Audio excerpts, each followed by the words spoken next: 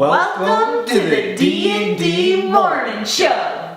Was that exciting enough for you? I think so. Was I there? We're working on Drew's energy. I think I have some good energy. My energy I think is a bit higher than the average person. Yours is like through the roof. So it's pretty difficult to compete with that. Or to just, you know what I'm saying? Get on the same level? Yeah. I gotta be like all over the place. Could you imagine if your energy was the equivalent to my energy? What would that look like? Oh, I don't think people could handle it. They'd be like, what's wrong with these two people? I think I kind of mellow you out of it. Yeah, and I bring up the smoke in you. I suppose that's why the morning show works. Yeah, maybe. Alright, what do we have going on today? What are you doing? That's the fun fact. Oh, yeah.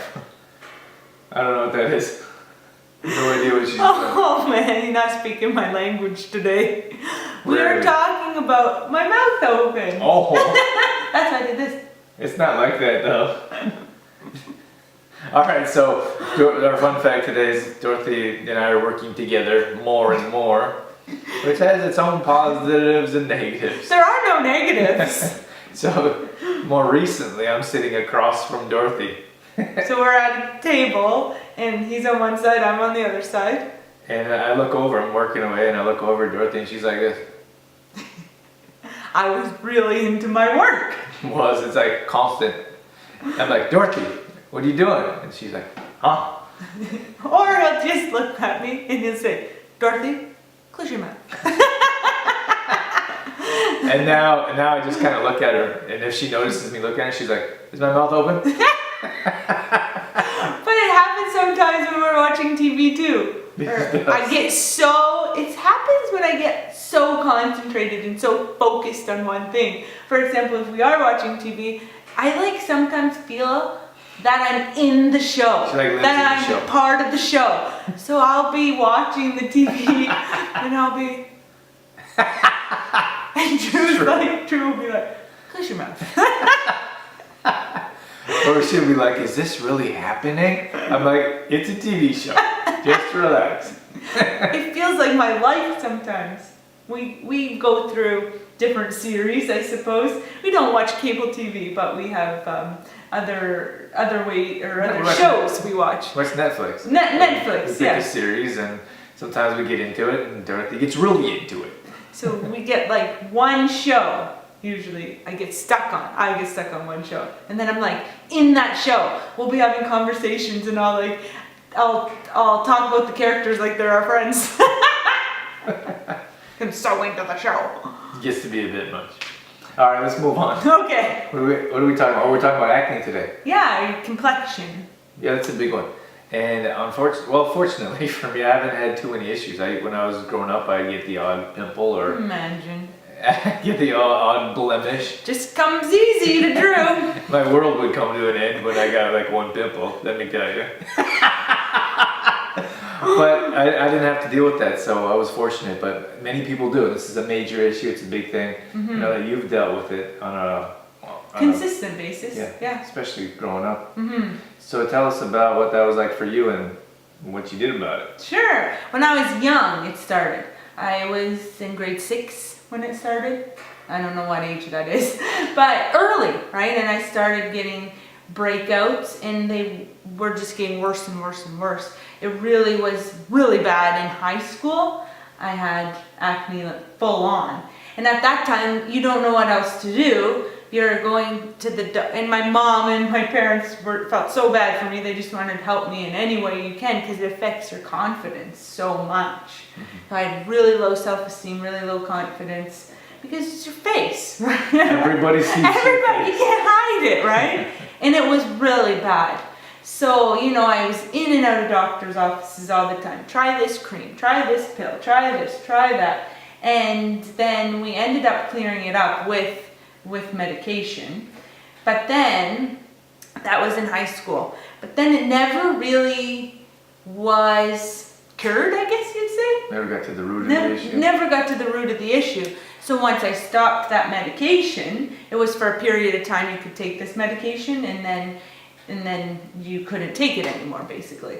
So during that time, it really cleared up and I had the most beautiful skin. And then slowly over time, the acne was creeping back in. Not as bad, not that I'm pro medication, but the medication did do something. But throughout my college years, it was creeping back in. Like I was still struggling with breakout issues. I thought once I was into my adulthood, I'm like, it should just go away. But throughout my 20s, again, I'm still dealing with these acne breakouts. And then more recently, I guess I started looking to internal instead of external ways to deal with my acne. And now I feel like I have learned, I guess, the root of the problem or how to deal with it more naturally. Yeah. Does that make sense? It makes sense. Drew doesn't like when I say that. Does that make sense? Not a big fan of that. Makes me feel like when someone's doing a presentation, they're like, does that make sense? Makes me feel, I know they're doing it to like get your attention and get you involved. That makes me feel like they think I don't understand what they're saying. Does that make sense? A little pat on the head. Like, I get it. Anyways, you were saying? Well, I paused, then it's your turn to talk. Oh, I'm not sure what to say. I had one pimple in high school and 3 in junior high. Get out of the show! I suppose I should talk now about my more natural remedies. It'd be a good time. It was through food. Straight to the point.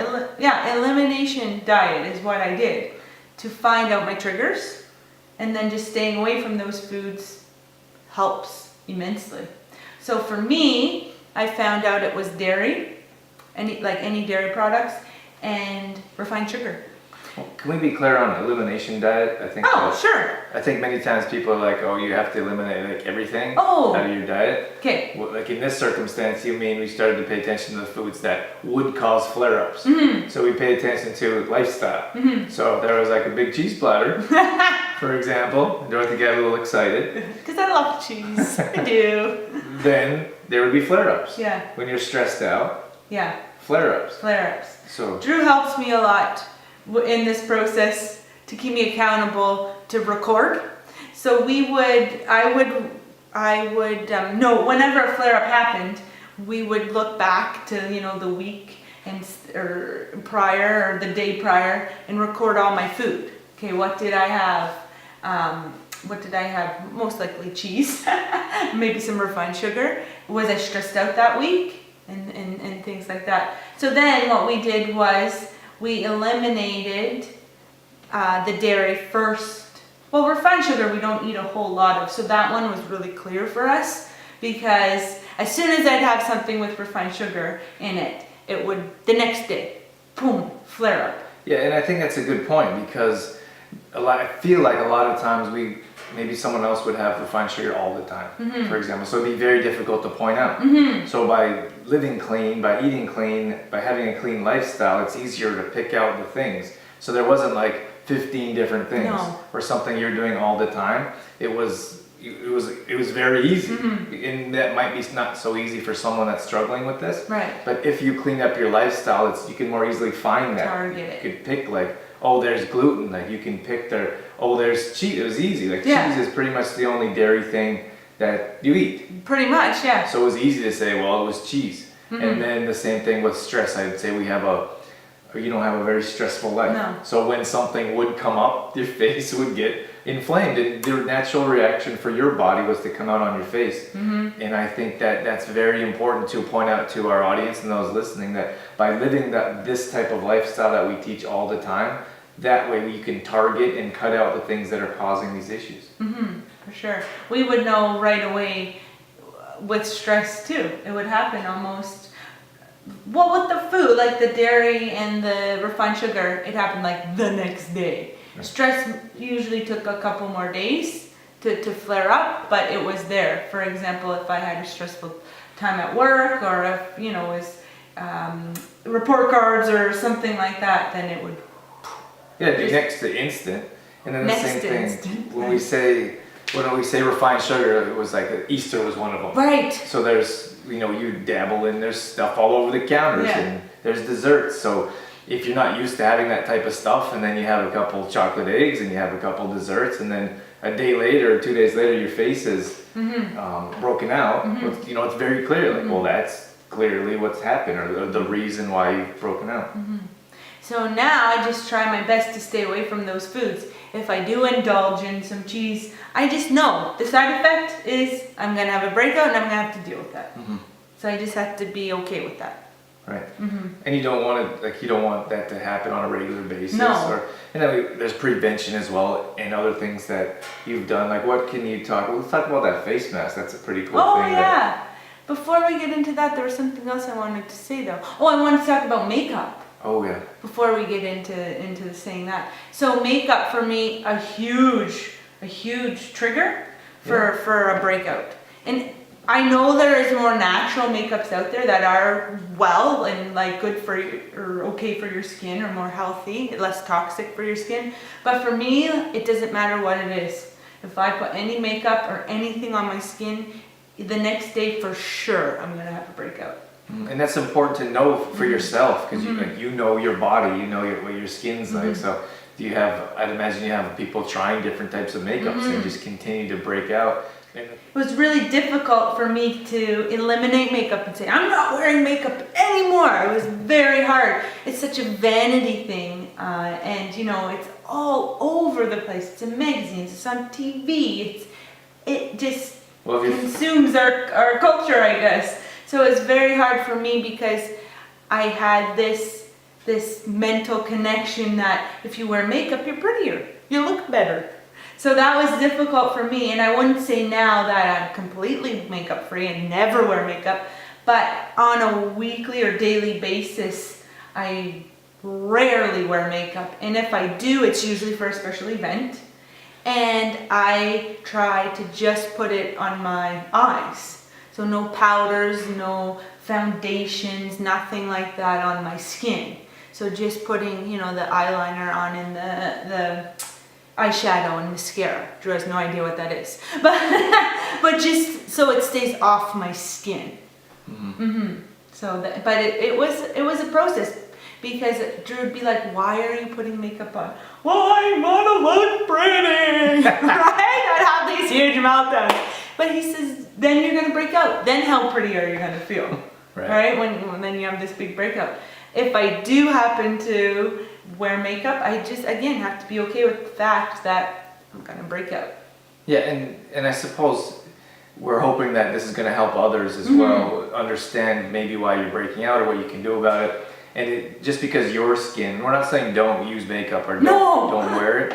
I think Dorothy's just sharing her perspective, and her type of skin, that any type of makeup usually causes a breakout. And there are clean makeups out there. There are other options that you can use. This is just what you're sharing, your perspective. I'm just sharing my story. And just by keeping it away from your skin and doing things, I think it's nice that you have that option, or maybe you have that mentality that I can do something. You know what I mean? Like, instead of saying I'm never going to wear makeup again, being miserable, then feeling like you're left out if everyone's all dressed up and wearing makeup, you can still wear it. Like, you wear it around your eyes and you find different ways to still make it happen. It's just that you're paying attention to where you're using it in your face, when and how. And just because makeup is one of my triggers doesn't mean that's going to be the same for everybody. The same as the refined sugar, the dairy, like, everyone might not have the same triggers as me. Right. But it's finding your own triggers. Yeah. We good with that? Yeah. That was a good one. Nice work. Thanks. Glad I could contribute. One pimple. Get out of here. But you wanted to talk a little bit about the prevention aspect of it, is that right? Oh, prevention. Just that there's things that we can do. I mean, prevention-wise, you mean stress. Like, keeping your stress levels down is a big one, and paying attention to those foods that we're putting in our body.